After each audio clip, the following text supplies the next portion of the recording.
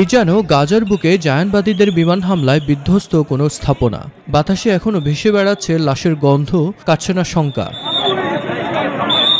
গত 21 জুলাই মাইলস্টোনে মর্মান্তিক বিমান বিধ্বস্তের ঘটনায় মৃতের সংখ্যা বাড়তে থাকায় হতবাক শিক্ষার্থী, অভিভাবক ও সাধারণ মানুষ। আমার নিজের যে ভাই, তার ওই যে বাচ্চা পড়ে স্কুলে, প্লে গ্রুপে পড়তো, সে লাকিলি সেদিন আসেনি বলে সে বেঁচে গেছে। কিন্তু আমরা বা তার পরিবার, আমরা নিজেদেরকেই ক্ষমা করতে পারছি না যে ওর মতো অনেক বাচ্চা কিন্তু মারা গেছে।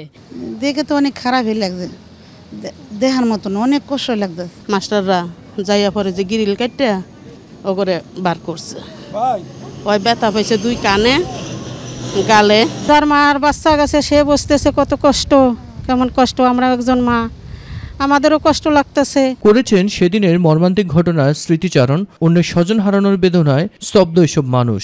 বিমানটা পড়ছে, তারপর পিছে তাকায় দিয়ে অনেক আগুন জ্বলতেছে। তারপর সেইটা দেখে আমি আবার ভয় পেয়ে আমার বাসায় চলে গেছি।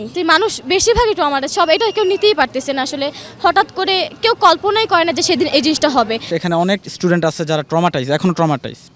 তো হচ্ছে কারণ নিজের চোখে এত রক্ত, এত হাহাকার, এত চিৎকার, এগুলো দেখে সবাই মর্মান্তিকভাবে।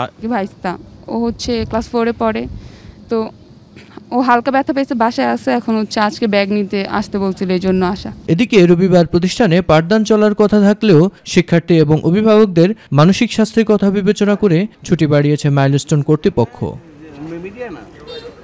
স্বজন হারানোর এমন মর্মান্তিক দৃশ্যপট মানবিক জীবনে ফিরে আসবে না বলে প্রত্যাশা সবার।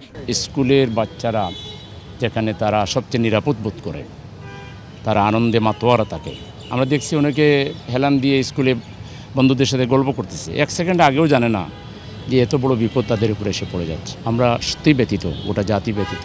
উঁচু ক্রেন আমাদের না থাকলে সেগুলো নিয়ে আসা দরকার, স্পেশালাইজড হেলিকপ্টার আনা দরকার। কোনো জায়গায় আগুন লাগলে পরে কিভাবে তাড়াতাড়ি নেভানো যায়। মিফতা গালিব, মাই টিভি, ঢাকা।